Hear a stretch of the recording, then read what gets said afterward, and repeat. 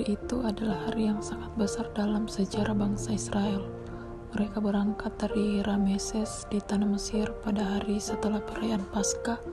Seluruh umat berjalan keluar di depan mata orang Mesir yang sedang berduka karena kematian anak-anak sulung mereka. Musa dan Harun memimpin mereka keluar dengan tangan yang teracung tinggi karena Tuhan telah menaklukkan Firaun dan negerinya dengan tanda-tanda ajaib.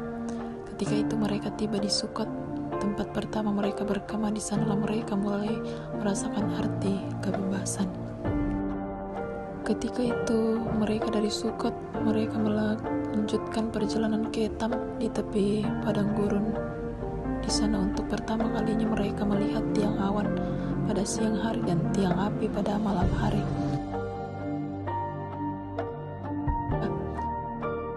Depan laut Teberau atau Laut Merah, disinilah mereka mengalami mujizat besar.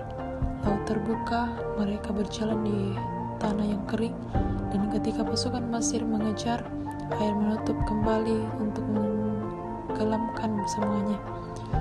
Setelah melintasi laut, mereka berangkat ke padang gurun dan berjalan 3 hari lamanya di padang gurun, lalu berkemah di Mara, tempat air pahit. Dari Mara mereka berangkat dan berkemah di Elim, tempat ada 12 air mata dan 7 pohon kurma. Setelah itu mereka melanjutkan ke tepi laut Teberau dan berkemah di sana. Perjalanan mereka berkelanjutan dari tepi laut menuju padang gurun Sin, lalu ke Dofka, kemudian ke Alus dan ke Rafidim, tempat umat untuk menemukan air diminum. Akhirnya mereka sampai di padang gurun Sinai, tempat mereka tinggal, karena di sinilah Tuhan memberikan hukum Taurat dan menetapkan perjanjiannya dengan bangsa Israel. Setelah meninggalkan Sinai, mereka melanjutkan perjalanan menuju utara.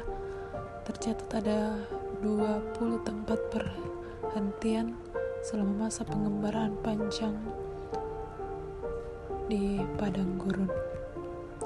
Dan ketika itu mereka berangkat dari padang gurun Sinai dan berkemah di Kibrot Ta'awa, kemudian di Haserot, lalu di Ritma hingga ke Rimon Peres, kemudian ke Libna, Risa, ke Helata, Gunung Safer, Harada, Makelot, Tahat, Tera, Mitka, Kosmona, Haserot, Bene Yaakan, Hor Hagigat, Yotbata, Abrona, Ezino, Geber, dan akhirnya tiba di Kedes di padang gurun Sin.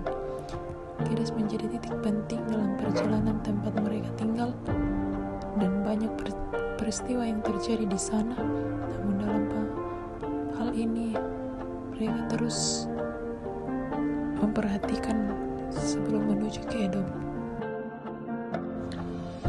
Dari Kades, bangsa Israel berangkat menuju ke Gunung Hor di perbatasan tanah Edom.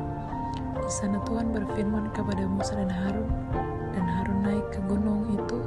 Di puncak gunung Harun meninggal.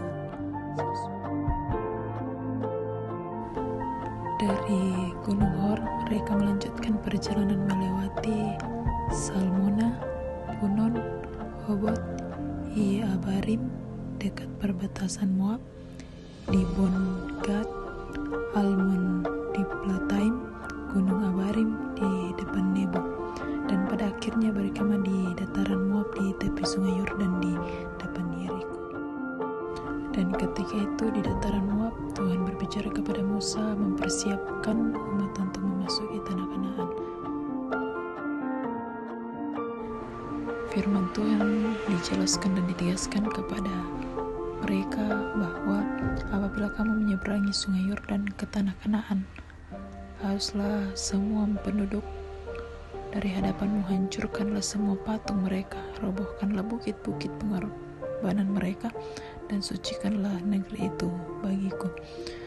Tuhan juga memperingatkan kepada mereka, jika kamu tidak menghalau penduduk itu, maka mereka akan menjadi duri dalam matamu dan duri dalam lambungmu, dan mereka akan menyesakan kamu ke negeri itu.